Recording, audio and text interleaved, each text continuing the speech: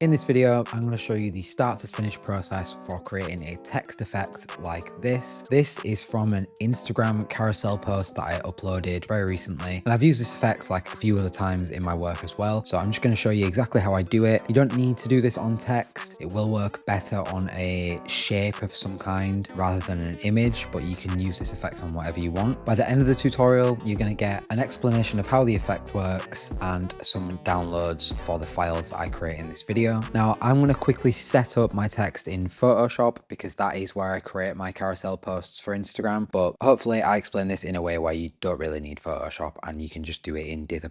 So I've got Photoshop open now, and this is the title slide that I'm going to start with for creating this carousel post, which is going to be a carousel post about how to create this effect. So I just set these out on individual text layers and then I put them in a group together so that I can apply a layer style to the whole thing rather than applying a layer style individually to each layer. Now, if I just toggle these layer style effects on, we've got bevel and emboss. I usually include a drop shadow. This is from my template for carousel posts. So sometimes there's a background here. So there's a drop shadow. We don't need the outer glow, but there is a gradient overlay and a color overlay as well. So the main thing doing the heavy lifting here is the bevel and emboss combined with the color overlay. So all I've done is set up the bevel and emboss so that there is a shape, some movement, just some deflattening basically of the flat letter shapes. This is because the effect that we are going to animate is a dithering effect, and dithering relies heavily on luminosity. So when I say luminosity, I just mean how bright something is. If you look here, if we just disable the bevel and emboss, I went for this flat red color, there will be no difference in the pattern that comes on this A shape or this M shape or W. It'll all be exactly the same. So by adding a bevel and emboss, we get some variation through the shape of each letter. And then the reason I've gone for red here is also because of luminosity. So every pixel has 4 numbers: red, green, blue, and alpha. Alpha just means transparency. So in this case, the alpha channel number will always be 255, which is 100% basically. The other channels I measured it between 0 and 255 as well. And the luminance or the brightness value of each pixel is calculated based on the red, green, and blue numbers. But the way it works is green has the highest contribution to brightness or luminance, blue has the lowest contribution, and red has the median or middle contribution to luminosity. And so if you are dithering something and you want it to be interesting and not flat or not really hard to make out, making it red just helps out with that basically. So if you didn't really understand that, I am doing a video about red as a color, and for this video, just take my word for it and just tint whatever you're doing, tint it red before we export. So that's all I do for mine. So I'm going to open up Dither now, and I'm going to show you the settings that I use. If you want to change them, I would just follow the settings that I'm going to tell you now and then change them afterwards, so you can start from the working animated starting point basically. So if you click on the style drop down and just click on the search and just type in Bayer, you can choose either of these. I'm going to go for Bayer Void, which is our own version of the Bayer algorithm, just because I prefer it, and I'm going to up the scale to 49. Next, if you come down to color palette, I'm going to add one color and then up the color depth to 3. So you can see now there's a little bit of shading. It's not just black and white. And now you can see sort of why I added the bevel and emboss basically, because we've got more than one color here now and we've got some movement through each letter. So to get the colors that I get in my version of this, you're going to select a bright green for the first one and then kind of a light pink for the second one, like a pinky purple value. It doesn't matter if you don't get the exact text codes that I use. And if you want the green to start coming through, just move the saturation slider down. If you weren't dithering something red, the saturation slider wouldn't be as useful here. So if you're not getting the result that you want, or the result that I am where the green's coming through from lowering the saturation slider, then I would maybe just go back and change whatever you're dithering to be red. And then I'm just going to tweak the brightness and contrast just down a little bit, but not down so far that you get the grid background come through. Most of this is personal preference, but I'm just trying to make it so that the actual actual dither that I'm going to animate is interesting. So because I'm going to move on to add my first effect, if you want to get the exact settings I've got, I will show you the hex codes big on screen now, so I'm not just reading these out, but I've then got my brightness at 122, contrast 68, saturation all the way down, 37 midtones, and I've left highlights alone. So the next thing to do is click on this plus button to add an effect, and the first effect you're going to add is chromatic aberration, and we're going to up the max displace all the way, and all you're going to do is just knock the green and the red channel very slightly just out of alignment with each other. And if you zoom in now, we'll have some blue introduced into the dither in some parts, but it's subtle enough that you don't really see it, and it more looks like a texture. And you also get some of this like color bleed on the edges, which is what we want. Next, I'm going to add epsilon glow, and I'm going to up the intensity all the way, but I am going to up the threshold a little bit as well, just so we're only catching the brightest values. The epsilon glow is going to be used to basically highlight the section of this dithering pattern that is going to come through in the animation. So for me, that sits at threshold around 70, 71. See how if I go too low with the threshold, it's just a overall glow. It's kind of catching most of the pixels. But when I find the sweet spot at like 70, 71, that's when you start to see this pattern emerge in the dither. That's like it's only glowing really the brightest parts here. And then I'm just going to up the radius as well. I'm going to overdo upping my radius just because I want this effect to be really apparent in the screen recording. You probably don't need to go all the way with your radius, but I'm going to do it. You can continue customizing the epsilon glow part of this if you want, but the main part you need is the threshold and the intensity. So depending on what colors you've got, look for that sweet spot on the threshold slider. For me, if you copy in my settings, it's 71 and then max intensity. Next, we are going to add a tint with the color set to multiply and the opacity set to 50. And we are going to tint it a very, very similar shade of green to what we did before. If you look at some sections of the dither without the tint on here, like up here at the top where it's just this purpley pink, they get flattened out to this sort of like muted green gray color, which just makes the epsilon glow look loads better. So you don't really have to do the tint. I quite like to do lots of green in my carousel posts just because that's what I do on Instagram. But yeah, if you want to go a different color, you can, but I think green is going to work the best on here. So I'm going to go for this shade of green. Again, I'll show you the hex code on screen if you want to copy it exactly. Next, we are going to go to file and click on convert to animation, set up whatever duration and frame rate that you want. And then we are going to click the plus again and go to temporal variation. Next, you might see straight away that the pattern's changed already, but next you are going to select wave. And if you just start lowering the intensity, you will start to see a very similar pattern to what I showed you in the example at the beginning. Obviously you can go with other patterns here. They all produce different results, but for this one, my favorite to use is wave with just a slightly lower speed. And then if you come to the bottom here and change from standard video to looped and quick to rendered, and then hit play, it'll take a second to render your frames and you'll be able to see what you've got. So that's my result for this one. The only thing that I do differently in my carousel posts is I use the scale of 50, but for this one in the screen recording, like unless you're watching this on a big screen, you probably can't even tell this is dithered now. Yeah, if I hit play on this is more like what I would upload just because I think it looks better. But if you're wanting something like more retro, then yeah, definitely go for the lower scales because they do look cool as well. Once you're done, come down to presets and click on save preset. I'm going to name mine wave tutorial and click save. And then obviously it's not there now, but if you come to the Studio AAA website, click on community and scroll down here, now there will be a download for my preset that I just created. I'll put this on after I'm done recording if you want to just pick up the one I made. But yeah, that's it. That's how I create these animated title slides. There's always some variation of this, or maybe I would use a different type of temporal pattern or a different algorithm or different colors, or you know, just some variation of this. If you're curious for the example I showed at the start about how to get reach on Instagram, it was just a joke post that I don't know how to get reach on Instagram, and I actually just said in that carousel post that I was going to make this tutorial, so I am finally making the tutorial. I will show you on screen now in full quality what I export from this. If there's anything else you want to see me do a tutorial on that I've created with Dither, then definitely let me know. Pretty soon I'll be uploading a video that is 3 tips for how to understand dithering better. That is the one where I'm going to talk about red and luminosity. The video's taken quite a while to edit, but when you see that go up, if you support that video, I'd really appreciate it, and subscribe so you don't miss it as well. Other than that, thanks for watching and I'll see you in the next video.